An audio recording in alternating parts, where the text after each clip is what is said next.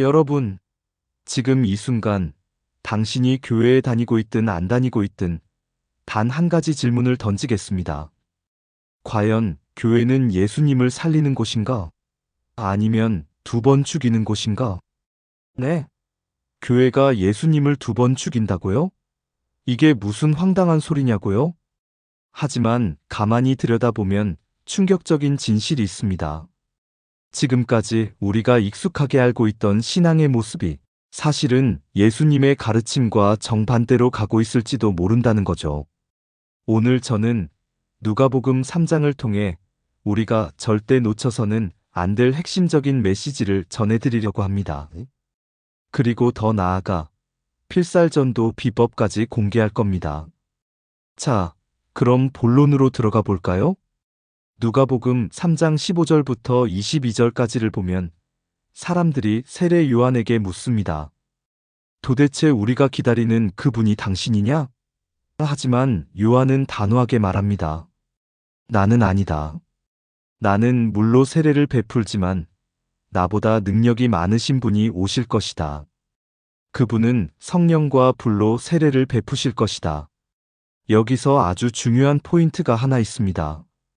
바로 물 세례와 불 세례의 차이입니다. 자, 생각해 보세요. 물은 씻는 기능이 있습니다. 깨끗하게 하는 역할을 하죠. 그런데 불은 다릅니다. 불은 단순히 씻는 것이 아니라 아예 성질 자체를 바꿔버립니다. 나무를 불에 넣으면 어떻게 되죠? 타서 숯이나 재가 되어버립니다. 쇠를 불에 넣으면요, 녹아서 모양을 바꿀 수 있습니다. 그리고 또 하나, 불은 세균을 없애는 멸균 작용까지 합니다. 단순히 깨끗해지는 게 아니라 완전히 새로운 상태로 변화시키는 거죠. 이게 바로 예수님께서 주시는 성령과 불의 세례의 핵심입니다. 신앙이란 단순히 깨끗해지는 것에서 끝나는 게 아니라 완전히 변화되는 것이라는 거죠. 그렇다면 여기서 질문 하나 더 던지겠습니다. 교회가 정말 성령과 불의 세례를 전하는 곳인가요? 아니면 단순히 깨끗한 척만 하도록 만드는 곳인가요? 교회는 예수님의 가르침을 전해야 하는데 오히려 예수님의 본질을 가려버리고 있다면, 교회는 사람들을 변화시키는 곳이 아니라 그냥 겉모습만 꾸미는 곳이 되어버린다면, 그렇다면 그런 교회는 예수님을 두 번 죽이고 있는 것과 다름없습니다. 여러분, 이쯤 되면 이제 중요한 이야기가 나올 차례입니다. 도대체 예수님을 두 번 죽이는 교회의 특징은 무엇인지, 그리고 우리는 어떻게 진짜 신앙을 찾을 수 있는지 말이죠. 자, 그렇다면 지금부터 가장 중요한 비밀을 공개하겠습니다. 집중해서 들어주세요. 물 세례와 불 세례, 딱 들어도 느낌이 다르죠? 하나는 부드럽고 깨끗한 이미지고, 하나는 뜨겁고 강렬한 느낌이 듭니다. 그런데 이 두 가지가 신앙에서 어떤 의미를 가질까요? 그냥 의식적인 행위일까요? 아니면 인간의 본질을 바꾸는 더 깊은 과정일까요? 오늘 이야기할 내용은 바로 이것입니다. 물 세례는 우리가 흔히 알고 있는 회개의 과정, 죄를 씻어내는 상징적인 의미를 가집니다. 마치 더러워진 손을 씻듯이 신앙적으로 새롭게 태어나기 위한 첫걸음이죠. 반면에 불 세례는 완전히 다릅니다.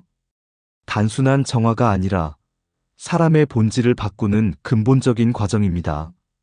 쉽게 말해, 물 세례가 신앙의 외형적인 변화라면 불 세례는 내면의 혁명이라고 할 수 있습니다. 물은 자비, 순수함, 회복을 뜻합니다. 인간이 스스로 깨끗해지려는 의지, 새로운 출발을 의미하죠. 하지만 불은 다릅니다. 불은 심판, 연단, 그리고 시험을 의미합니다. 즉, 죄를 태워 없애고 새로운 존재로 다시 태어나는 과정입니다. 불순물이 제거되고 진짜 순수한 모습으로 변화하는 것이죠. 이것이 바로 하나님의 심판이자 동시에 변화의 기회입니다. 그런데 여기서 중요한 포인트가 있습니다. 불 세례는 쉽지 않다는 것입니다. 인간은 쉽게 변하지 않습니다. 고통과 시련 없이 변한다면 그 변화는 깊이가 없을 수밖에 없습니다. 그래서 연단과 시험이 필요합니다. 이것이 불세례의 핵심입니다. 그냥 깨끗해지는 게 아니라 완전히 새 사람이 되는 과정이죠. 그렇다면 우리는 어떤 과정을 통해 진정한 변화를 경험할 수 있을까요? 다음 이야기에서 더 깊이 들어가 보겠습니다. 여러분, 오늘 주제는 진짜 강력합니다. 여러분이 한 번쯤은 들어봤을, 하지만 제대로 이해하지 못했던 바로 그 이야기. 오늘 이 영상 끝까지 보면 여러분의 생각이 완전히 바뀔 수도 있습니다. 혹시 이런 생각 해본 적 있나요? 나는 신앙생활을 하고 있는데 왜 뭔가 부족할까? 기도를 해도 말씀을 읽어도 뭔가 빠진 느낌. 마치 불이 확 타오르다가 금방 꺼지는 느낌이 들 때도 있고요. 이게 왜 그런 걸까요? 대체 뭐가 더 필요한 걸까요? 여기서 중요한 개념이 하나 등장합니다. 바로 성령. 성령이 뭐길래 이렇게 중요한 걸까요? 성령은 단순한 개념이 아닙니다. 이건 완성의 단계, 하나님의 임재, 영광과 연결되는 아주 본질적인 개념이에요. 여러분, 물 세례받고 끝난다고 생각하셨나요? 아닙니다. 물 세례는 단순히 시작일 뿐이에요. 불 세례를 거쳐야 하고 그 끝에는 성령의 세례가 있습니다. 이 세 단계를 온전히 거쳐야 진짜 변화가 일어납니다. 다시 말해, 단순한 종교적 행위를 넘어서는 무언가가 있다는 거예요.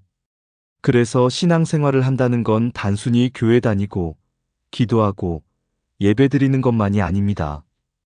마치 운동선수가 단순히 유니폼만 입고 있는다고 실력이 좋아지는 게 아닌 것처럼요. 중요한 건 실제로 훈련을 하고, 한계를 돌파하는 과정이 필요하다는 겁니다. 그럼 여기서 궁금해지겠죠? 불세례는 도대체 뭘까요? 그리고 성령 세례는 어떻게 받아야 할까요? 단순한 개념이 아니라 실제로 우리의 삶 속에서 어떻게 체험되는 걸까요? 바로 그 이야기, 지금부터 시작합니다. 불타오르는 고통, 끝없는 인내. 그런데 여러분, 이게 진짜 축복이라면 믿으시겠습니까? 우리가 불 속을 지나가는 그 순간은 너무나도 괴롭고 힘듭니다. 내 안의 연약함이 적나라하게 드러나고 도망치고 싶은 마음이 굴뚝 같죠. 그런데 이상하게도 이 과정을 끝내고 나면 깨닫게 됩니다. 이것이야말로 은혜였구나. 마치 광야에서 하나님의 보호 아래 살아가던 이스라엘 백성들처럼 말이죠. 그렇다면 예수님은 우리에게 어떻게 불세례를 주시는 걸까요? 예수님의 말씀을 찬찬히 살펴보면 답이 나옵니다. 단순히 행동만 바꾸는 게 아닙니다. 우리의 생각, 마음, 내면, 깊숙한 곳까지도 성경적인 변화가 필요합니다. 단순한 결심이 아니라 인간의 본성을 뛰어넘는 노력이 요구됩니다. 그리고 바로 이 과정이 우리를 단련시키는 연단이자 시험이 됩니다. 이제부터가 중요합니다. 이 연단의 시간을 어떻게 견뎌내야 할까요? 그리고 이 과정을 통해 우리는 어떤 변화를 맞이하게 될까요? 지금부터 하나씩 깊이 들어가 보겠습니다. 여러분, 오늘 이 이야기 진짜 제대로 파고들어야 합니다. 그냥 스쳐 지나가면 아까운 내용이에요. 여러분, 혹시 이런 생각 해보신 적 있나요? 왜 예수님의 말씀은 뭔가 알듯 말듯한 느낌일까? 그냥 들어보면 맞는 말 같아요.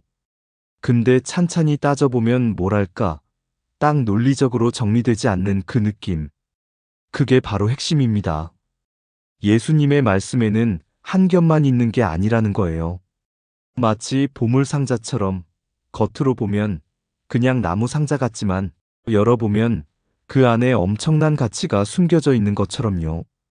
그래서 진짜로 이 말씀을 깊이 연구해보면 전혀 새로운 차원의 세계가 펼쳐집니다.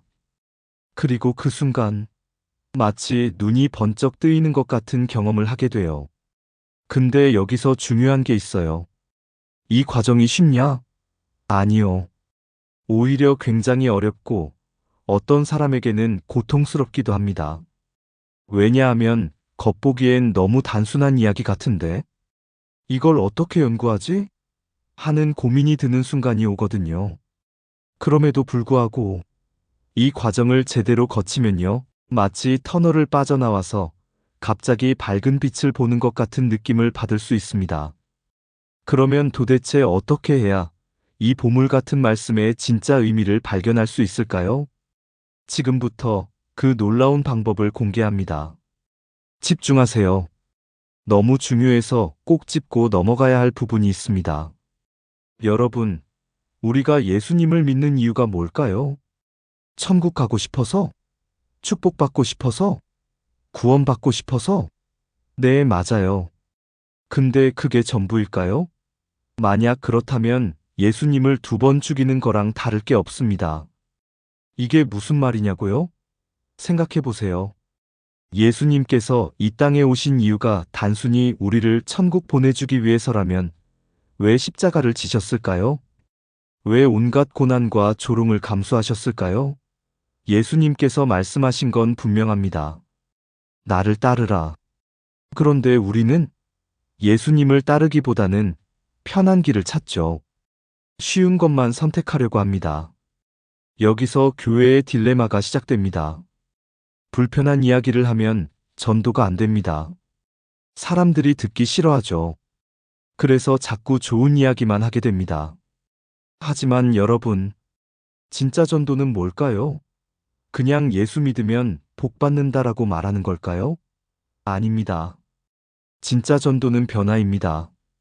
내가 변하고, 내가 성령의 사람이 되고, 내가 하나님의 살아있는 증거가 되는 것. 그 모습을 보고 사람들이 감화되고 감동받아서 나도 저 사람처럼 되고 싶다라고 생각하는 것. 그게 진짜 전도입니다. 여러분이 교회에 다니는 이유도, 기도를 하는 이유도 결국은 변화되기 위해서 아닐까요? 그런데 변화 없이 그냥 형식적으로 신앙생활을 한다면 그게 무슨 의미가 있을까요? 그러니까 오늘 이 시간부터 다시 생각해 봅시다. 나는 정말 하나님을 따르고 있는가? 예수님의 말씀을 따라 살고 있는가? 아니면 그저 쉬운 길만 선택하고 있는가? 오늘 말씀을 정리하면서 기도로 마무리하겠습니다. 사랑과 자비가 많으신 하나님, 오늘도 귀한 말씀으로 우리의 마음을 깨우쳐 주심에 감사합니다. 주님, 우리는 너무 쉽게 편한 길을 선택하며 살아왔습니다. 예수님을 따른다고 하면서도 희생을 피하려 했고 고난을 거부했습니다. 그러나 이제 깨닫습니다. 참된 변화는 오직 주님께로부터 온다는 것을요. 하나님, 우리를 불쌍히 여겨주시고 우리를 변화시켜 주소서. 고난을 두려워하지 않게 하시고 성령의 불길 속에서 정금같이 나오게 하소서. 우리의 신앙이 형식에 머물지 않고 살아있는 믿음이 되게 하소서. 하나님의 말씀과 예수님의 가르침 속에서 새로운 세계를 발견하게 하소서. 우리의 눈을 뜨게 하소서. 우리를 통해 세상이 변화되게 하소서. 오늘도 우리의 기도를 들어주심에 감사드립니다. 예수님의 이름으로 기도드립니다. 아멘. 자, 여러분, 오늘 말씀 어떠셨나요? 뭔가 가슴이 뜨거워지지 않으셨나요? 오늘부터 우리가 직접 변화를 만들어가는 사람들이 되기로 해요. 그런데 말이죠. 과연 다음 이야기에서는 어떤 충격적인 메시지가 기다리고 있을까요? 여러분이 상상도 못했던 강력한 진리가 펼쳐질 겁니다. 그러니까 놓치지 않으려면 구독, 좋아요, 알람 설정까지 잊지 마세요. 그럼 다음 영상에서 만나요.